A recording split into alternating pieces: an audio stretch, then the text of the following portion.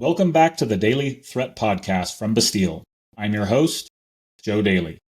Today we're diving into one of the most misunderstood topics in secure facility construction, RF shielding.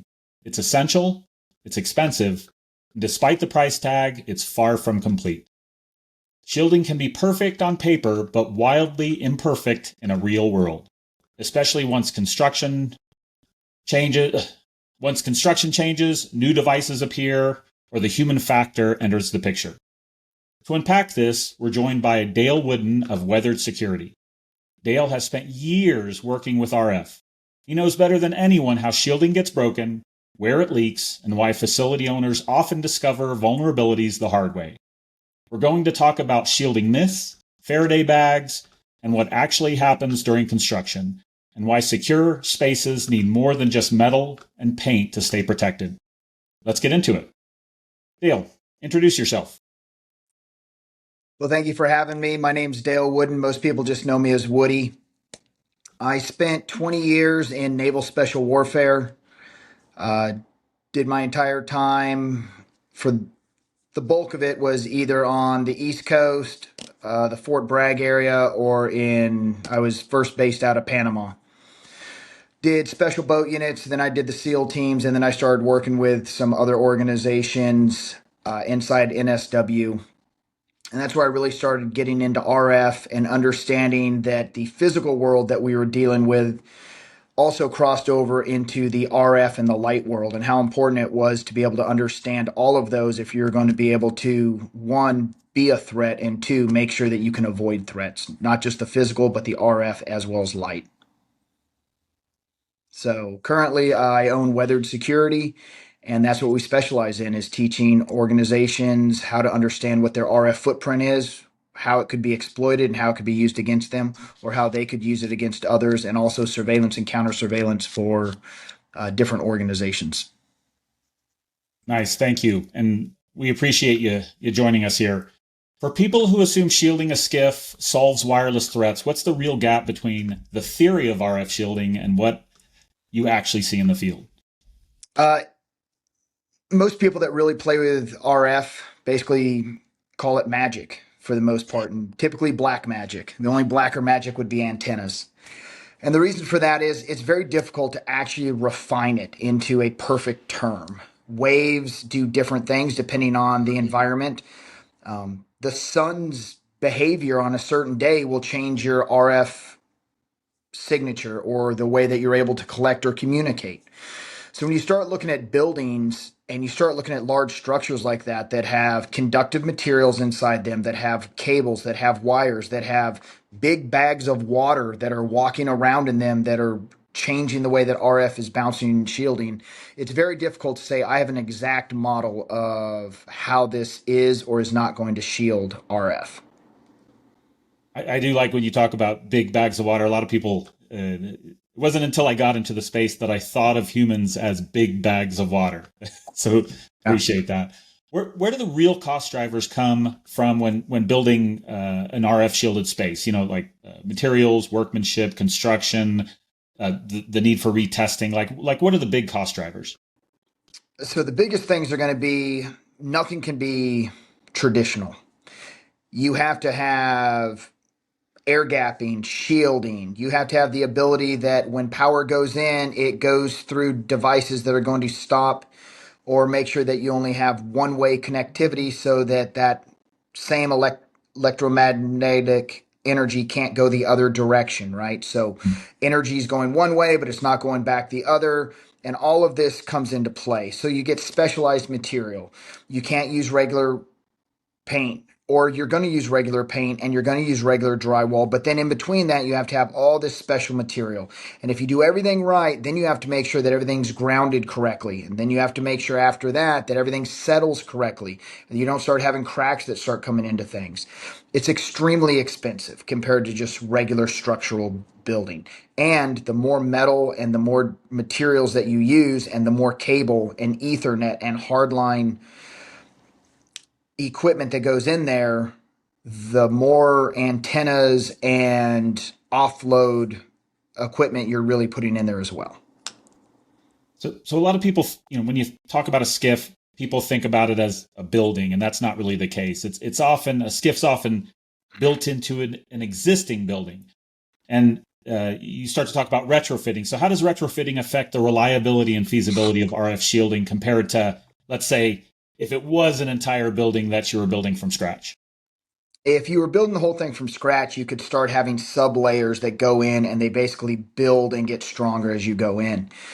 If you're trying to retrofit, the problem that you're going to run into is that as you start moving further and further down the path, you're going to start finding out that now you need to focus more on what are the actual frequencies you care about. Because to block all the frequencies is extremely difficult. And especially as you start getting into things that most people don't think of, sound is a wave, light is a wave, RF, it's just waves. So what you have to do is you have to actually stop vibrations. You have to stop the ability for things to transfer and move through mediums. And that's why it's so much harder when you try to retrofit something, because you already have all those other things in place that are naturally carrying things along.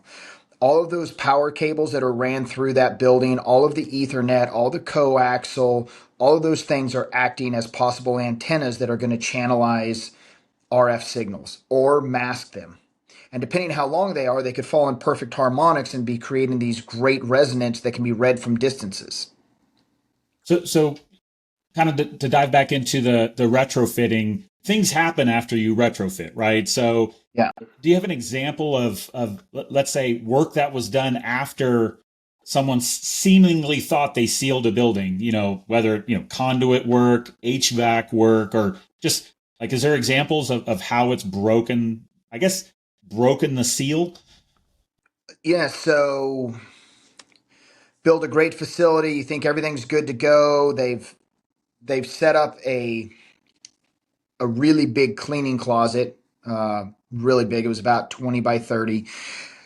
Should be good. It seems like it's doing a great job of blocking signals. You put your spec A in there, you're running your baselines, and everything looks good. And then to up the security of the building, they start using long metal rods to hold up some of the structures on the outside that they're using to hold up barbed wire or other materials to make it so that you can't have people climb the walls or drones come in. As they start doing that, those bolts then pipe into and hit some of the structures that lead into that smaller chambered room. And now what you've done is you've created an antenna. Wow, I would have never thought about the bolts that people are applying during new construction that would do that. That's an awesome If point.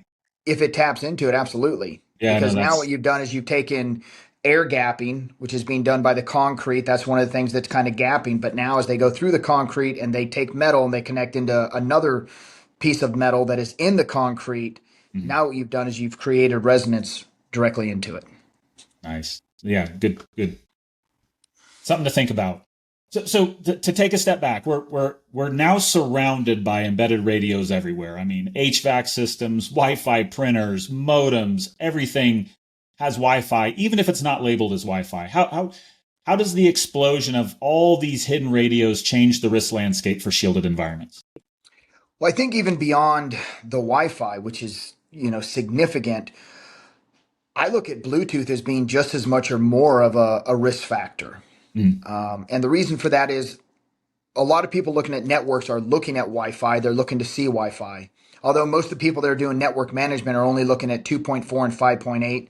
They're not looking at Halo. They're not looking at Wi-Fi 6E at 6 to 7 gig. They're not looking at 60 gig Wi-Fi, which is actually around 58 to 72 gigs.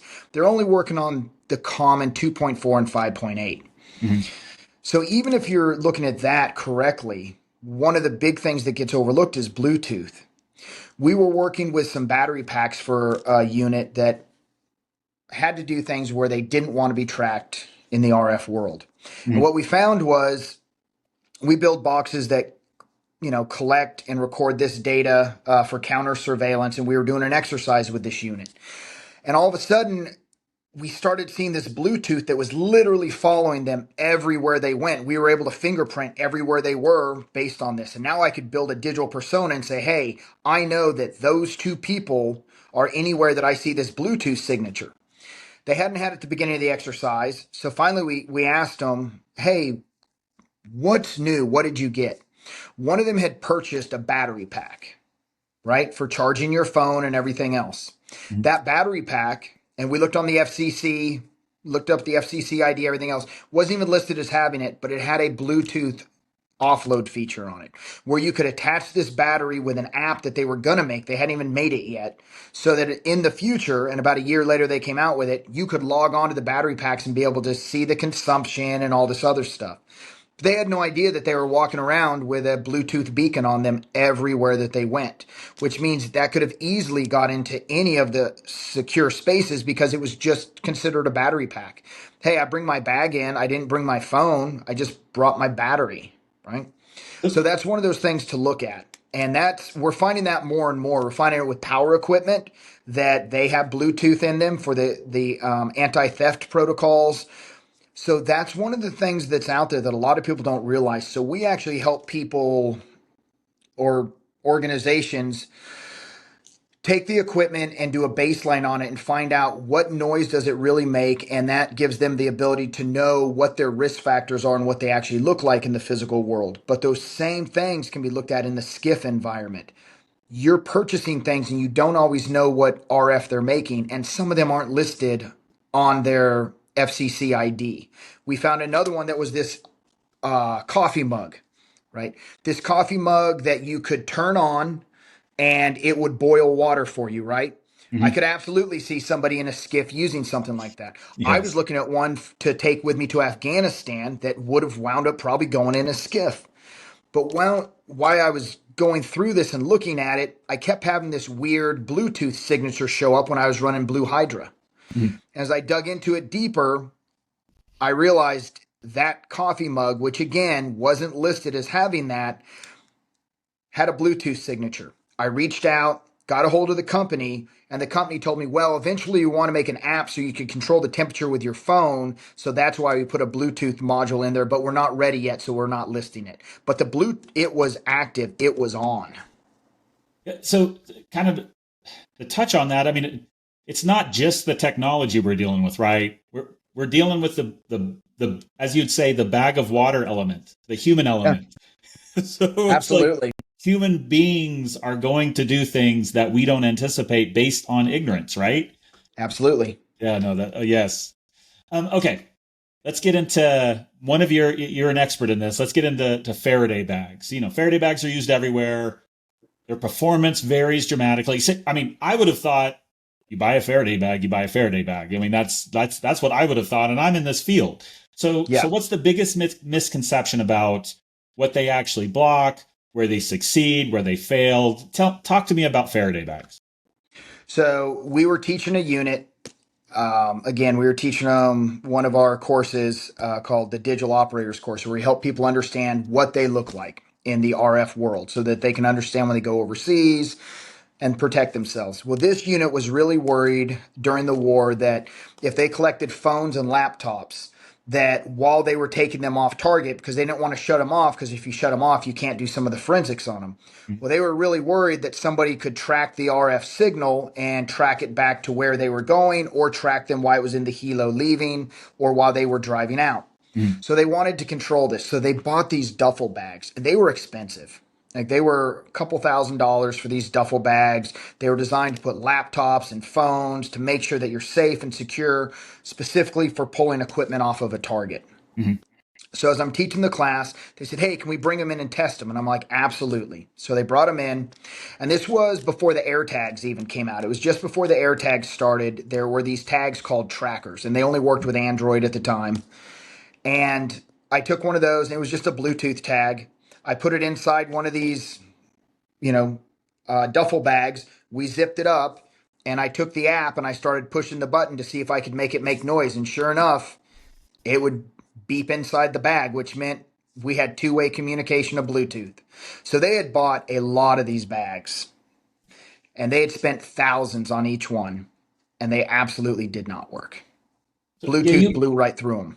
you had touched on, and this is a previous conversation with us too, that Faraday bags don't necessarily block all frequencies. No, they don't. Like Faraday bags are really designed around certain frequencies. They don't just inherently block everything. I mean, No, yeah, okay. they Is that your experience? I mean, that's absolutely. And the reason for that is, and if you really dig into it, most of the good Faraday companies Mhm. actually tell you what frequencies they cover. You see, if you go on Amazon, they just say we block everything. Like I've Yep. never seen one that I've bought say a frequency, which is Um, scary. Mission Darkness. Yeah. Okay. I'm not here to push anyone's products and Yeah, I don't no, get any no. sponsorship from them, but I will say they typically, because we buy material from them, and the Mhm. reason is because they'll list what frequencies they expect it to cover. Yeah, And yeah. they let you know that. I will tell you one of the biggest flaws that I see is with RFID cards, Okay. right?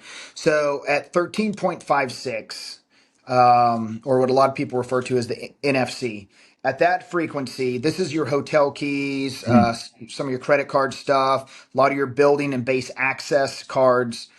That you have to be really close. They usually have encryption. You have to be almost intimate contact, and it takes time to clone one of these. Mhm.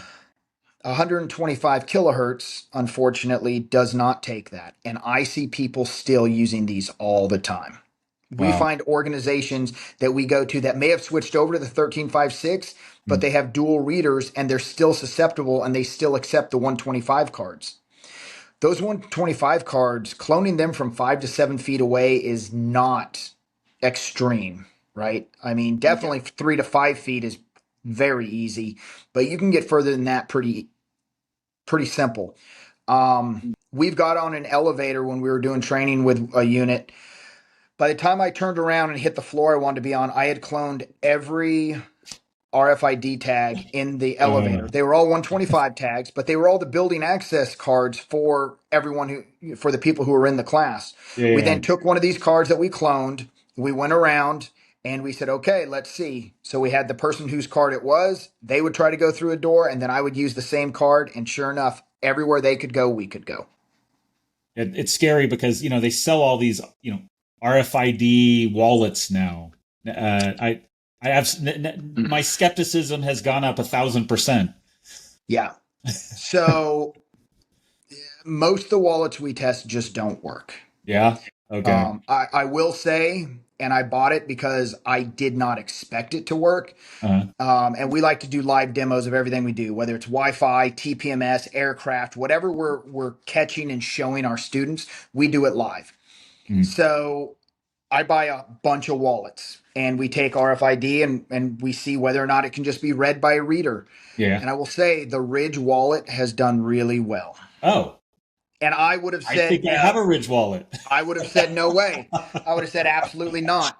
It has done very well. Not only at the 125 cards, it's done Mhm. well at the 13.56. Your North American passport is actually a 900 megahertz long range RFID chip in it, Mhm. and it blocks that as well. Nice. So the majority, like these clamshells and everything else, the bulk of them that we've tried have absolutely failed. Well, you scared me and you comforted me all within a minute. So good job. So Good job on that one. well, and Hey, that's the thing. Yeah, that's the thing with weathered security is we don't just say, "Oh, well, here's a PowerPoint. Here's what we think." Like we do yeah. everything live in front of them, and if they have a question, we try it. And fortunately, because of some of the people we know, if we don't know the answer, we can usually reach out and find someone who does, and then we can do it live and show them and let them see, "Hey, this is what you look like right now. This is what your vehicle looks like. This is what your clothing looks Mhm. like." That's a. The more I think about it, the more it's like that's a very valuable service. So no, I thank you. Yeah. Okay, let's go back to skiffs. We always like to talk about Yes. skiffs. They typically will pass some kind of initial testing, but Yep. fail later in live operations. And you've talked about it a little bit about, but I want to dive a little more into what causes the drift. From certification day to down the road a little bit. Because right before they get certified, somebody goes through with love and makes sure that that door hinge is perfectly gapped. They make sure that the seal is nice and pretty and perfect and Mhm. touches, and that you don't have any gappage where things are going to crawl through there, and everything is grounded correctly, and it's just a happy place. Mhm. And then people let's say you have 15 people working in that building and each one of them just comes to work every day. That's 30 times that door gets open and closed. That's Yeah. if they only come in and go out once. Yeah. Well, we all have a house, right? Like we know our front Yeah. doors, after after a couple Yep. years they start to get Yep. askew. So yeah, no, that's Yep. I can see it. Or it starts settling. You start having that happen. Yeah. You install some new coaxial because you're like, hey, we got a couple new workstations. Everything's good, but we had to install some new coaxial. And now you Mm. start realizing that, oh, you happen to install the perfect length for a certain frequency, and now you've created a resonance that can go back and forth that they can now feed through. Cool, cool. So give me some alternatives to shielding. What yeah, go through the gamut of like what you might offer a customer if they're like, okay, this RF shielding isn't cutting it. What are some alternatives they may have at their disposal? So you definitely want to use shielding to the best of your ability, right? The Uh-huh. paint, the things like that. You know, I think that that's a good step in going in the right direction. Obviously, you want to build something from the beginning rather than retrofit if you can. Mhm. Once that happens, then it's knowing what comes inside of that space, right? Mhm. Finding a TV or a screen that doesn't have Wi-Fi or Bluetooth connected now. And the problem is a lot of people think, oh, if I just shut it off, it's off. That's not the case typically. Mhm. You need to remove the chips. So knowing what's going in there, which leads to what I think is probably the most important thing for this is education. Okay. It's letting people understand, hey, listen, this is why you have to leave things at a certain distance before you come here. You Mhm. don't put the phone box and everything that you're trying to block right on the outside of the door that is supposedly shielded and good to go. Yeah, yeah. How about we put it at the end of a hallway so that there's air gappage happening as well? And then at the end of the hallway, then you go into the area. Mhm. So having that segmentation of compartmentalizing where the RF sits as it moves along. Hey, the RF stuff is going to sit here, then I'm going to come, then I'm going to go into this secure space, and you start doing layers to it. And Yeah. I think that that's important. And then after education is you have to have detection. And that's where Mhm. another form of education comes in. You have to have equipment that can detect all of those different frequencies that can be able to look and see them and be able to tell when that's happening. Hey, Mhm. look, there's all of a sudden a new RFID reader. Oh, is it a clone that somebody's using to just try to steal our credentials? Hey, Yeah. look, there's another Wi-Fi network. And the other piece to having good detection equipment is as you add those layers to try to create RF shielding, you start changing the resi values of what equipment out there actually sees. So if Okay. I have a piece of equipment that is just outside the door and it has a certain resi value for cell phones and everything else, once I go into that shielded compartment, the resi value is going to be very different. So even though they're only 4 to 5 feet away from each other, the resi value that each one gets is going to be dramatically different. And a lot of people never take that into account either. They Yeah. take into account, hey, we have sensors every X number of feet. But what they don't take into account for is the shielding that is in place in those and why that's different. Yeah, no, yeah, we definitely when we place our sensors in facilities, shielding, is a big part of it. Elevator shafts, big part of Yep. it. Where the bags of water go, big part of it. So yeah, Yeah. no, I hear you loud and clear on that one. Yeah, but Um, sensors are big. You have yeah, to be yeah, able to detect because the new threats that are coming, they may not even be protocols that you look at right now, but yeah, you need to be able to detect when that energy starts changing. yep, yep, definitely. Well, Dale, thank you so much for joining us today. You've you've woken me up a little bit. So I appreciate it that like it's a weird world to look at the realities of shielding and construction and changes and how things change over time and what we're seeing in terms of Faraday bags. So I appreciate your insights so much, and they've been very educational to me. Um, for our listeners, the big takeaway is this: RF shielding is important, but it's only one piece of the puzzle. And I think that's what you're really saying here. Facilities change, devices evolve, human behavior is never perfect. Without real-time visibility into what's actually transmitting inside your facility, you're operating blind. If you'd like to know more about how Bastille helps government and defense organizations detect and localize unauthorized wireless devices, visit us at Bastille.net. Thanks for tuning in to the Daly Podcast. Stay safe, stay aware, and we'll see you on the next episode.